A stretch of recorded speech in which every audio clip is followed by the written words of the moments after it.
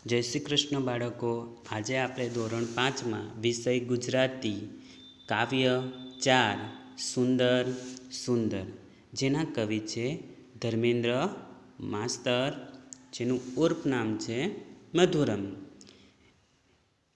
આ એક પ્રકૃતિમાં કવિએ સૂરજ, ચાંદો, નદી, સરોવર, વન, ઉપવન વગેરેને સુંદર કહ્યા છે. તેમાં વસતા માછલી, પંખી, માનવ વગેરે પણ કવિને સુંદર લાગે છે. પ્રભુએ બનાવેલી દરેક વસ્તુ જો સુંદર હોય તો પ્રભુ પોતે કેવા સુંદર હશે, એવો પ્રશ્ન કવિના મનમાં થાય છે. એક સરસ કાવ્ય પંક્તિ છે. આ કાવ્યને તમારે એનો રાગ શીખવો હોય તો યુટ્યુબની અંદર પણ તમે સર્ચ કરશો તો તમને આનો રાગ સુંદર રીતે ગાયેલો હશે. હવે આપણે કાવ્ય પંક્તિને આપણે સમજીશું. સુંદર સુંદર, સૂરજ સુંદર, ચાંદો સુંદર, સુંદર સરિતાને સરોવર, વિભુ હશે તો કેવા સુંદર, એવું થાતું મુજ મનમાં. કવિ શું કહે છે? સુંદર સુંદર. સુંદર એટલે આપણે કોઈ પણ વસ્તુને જોઈએ તો આપણને સુંદર જ દેખાય છે. તો જો સૂરજ સુંદર છે, ચંદ્ર પણ સુંદર છે, સુંદર સરિતા એટલે કે નદી પણ સુંદર છે, સરોવર પણ સુંદર છે, આ બધું જ સુંદર છે. તો આ જે બનાવનાર ભગવાન કેવા સુંદર હશે, એવું કવિના મનમાં થતું હતું. ઉષા સુંદર, નિશા સુંદર, સુંદર વન ઉપવન ગિરિવર, વિભુ હશે તો કેવા સુંદર, એવું થાતું મુજ મનમાં. કવિ શું કહેવા માગે છે? ઉષા એટલે સવાર, નિશા એટલે રાત્રિ. સવાર પણ સુંદર છે, રાત્રિ પણ સુંદર છે. સુંદર વન ઉપવન ગિરિવર, વન એટલે જંગલ, ઉપવન એટલે બગીચો, ગિરિવર એટલે પર્વત, આ બધું જ સુંદર છે. પૃથ્વી પર આ બધું સુંદર છે. તો વિભુ હશે તો કેવા સુંદર, એવું થાતું મુજ મનમાં. કવિના મનમાં એવું લાગે છે કે આ પૃથ્વી પર એટલું બધું સુંદર છે તો ભગવાન કેવા સુંદર હશે, એવું કવિના મનમાં થાય છે.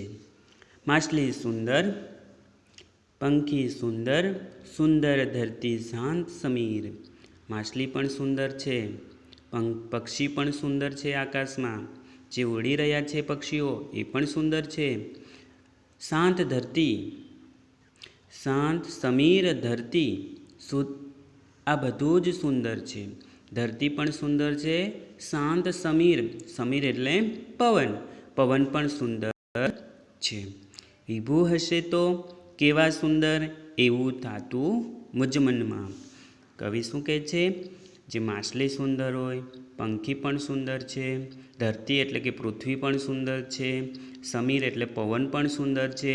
તો આ બધું જ સુંદર છે. આ બધું જ સુંદર બનાવનાર ભગવાન કેવા સુંદર હશે, એવું કવિના મનમાં થતું.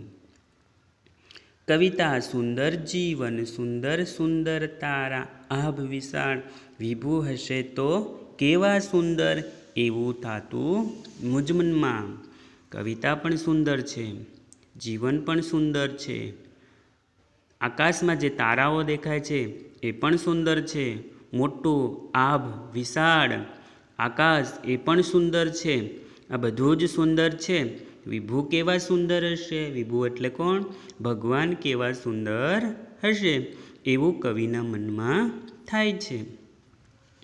ભાષા સુંદર, આશા સુંદર, સુંદર વન, સુંદર હૈયું ને માનવ, વિભુ હશે તો કેવા સુંદર, એવું થાતું મુજ મનમાં.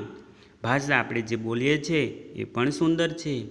આશા આપણામાં જે આશા છુપાયેલી છે, જે કોઈ પણ કાર્ય કરવાની છુપાયેલી છે આશા, એ પણ આપણી સુંદર છે. આપણું જે હૈયું, હૃદય, દિલ જે ભગવાને બનાવેલું છે માનવની અંદર, એ પણ સુંદર છે. બધું જ સુંદર છે તો ભગવાન કેવા સુંદર હશે, એવું કવિના મનમાં થતું છે. એના શબ્દાર્થ છે સરિતા, નદી, વિભુ, ભગવાન, ઉષા, સવારે સૂર્ય ઉગતા પહેલાં પૂર્વ આકાશમાં દેખાતા આછા રંગો, પરોઢ, સવાર. ઉષાને આપણે પરોઢ પણ કહીશું, સવાર પણ કહીશું. નિશા એટલે રાત, ઉપવન એટલે બગીચો, ગિરિવર એટલે પર્વત, સમીર એટલે પવન, હૈયું એટલે તિલ.